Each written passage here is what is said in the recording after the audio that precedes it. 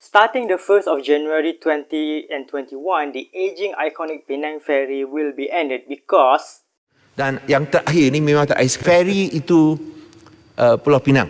Kerajaan sebelum ini pun telah meluluskan peruntukan sebanyak 30 juta ringgit untuk pihak Penang Port. Kerajaan akan memastikan supaya pihak Penang Port akan disyaratkan untuk meneruskan perkhidmatan feri Pulau Pinang yang ikonik dan berwarisan. Spoiler alert, Tengku Tan Sri Zamfrul didn't mean the famous big ferry, but this ferry. So what is going on actually? Why ferry users dwindle year by year, and what is the actual thing happen behind all this mess? My name is FAMI and this is GEO Malaysia.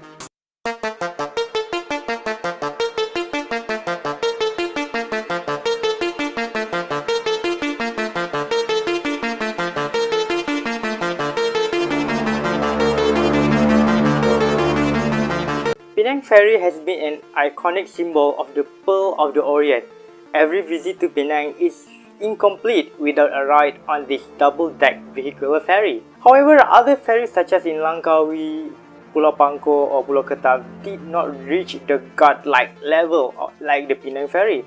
So how ferry in Penang becoming more nostalgic than the others? Before that, let's look at the history of the Penang Ferry.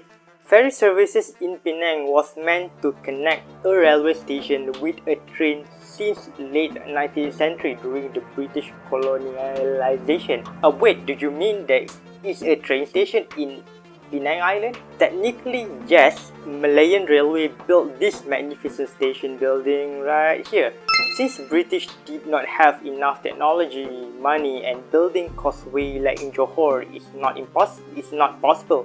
Due to deep harbour and active shipping on the strait, station building on the island side is connected to the train platform on the mainland by ferry.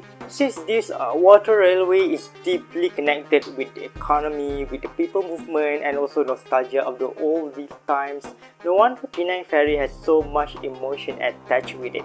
Except for some who more concerns about the vote than nostalgia. Before 2005, Penang was served mainly by Yellow Bus Company plus two other minor bus companies. Due to increasing traffic, aging bus fleet and disorganized bus system on the island, the number of passengers has plummeted year by year.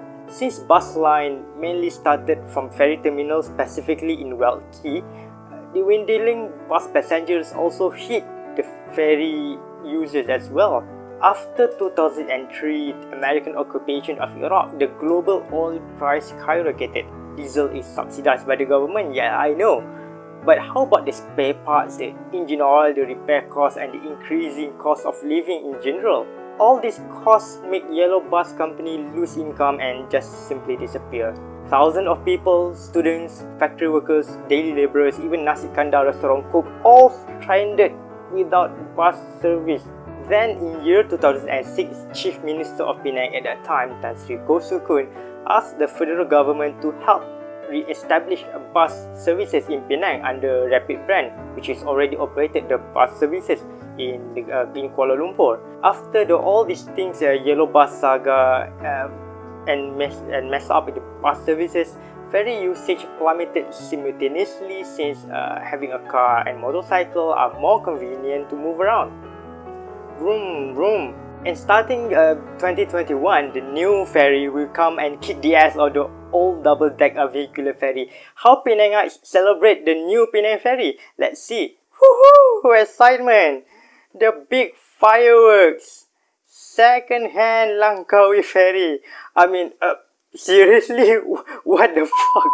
Perhaps a few years from now, Penang also can have a second-hand cable car from Langkawi and the new one built in Langkawi instead. But is it the technology of the ferry with cars obsolete? I mean, where the fuck are the places still use that kind of ancient kind of transportation, right? Just build bridges.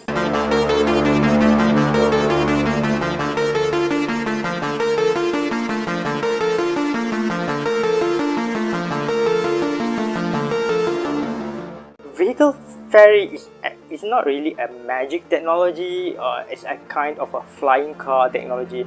Come on, a few countries still have vehicular ferries, including developed countries. Taking example of Istanbul, Turkey, which run ferry between Asia and Europe. Despite the city has 3 bridges and 2 undersea tunnels. Well, between United Kingdom and France, the ferries are common to cross between these two countries to cross the English Channel. Despite there is an undersea tunnel run beneath the strait between Dover, England, United Kingdom, and Calais in France. Why? Why you don't use it? Why you still need ferry? Number one, not everyone has a car or motorcycle to drive across the sea on the bridge or the tunnel. Think of tourists, think of students and people with disability. Or do you think that some people need to hop into the car roof just to cross the sea? Number two is that sometimes ferry is faster than bridge because of the heavy traffic on the bridge, and buses can stuck because of the heavy traffic on the bridge, and cars and passengers can avoid being stuck in the traffic altogether. Such the regress development of ferry in Penang could mean that the future ferry replacement can be easily predicted. After a few years, this second-hand speedboat will break down eventually and will be that no spare parts, high maintenance, blah blah blah blah blah. And don't get surprised if the speedboat will be replaced by the fishing vessels. Or even this cycle boat that usually you need to goddamn pedal by your own feet. And if you are lucky, you are on ride with one lazy wanker.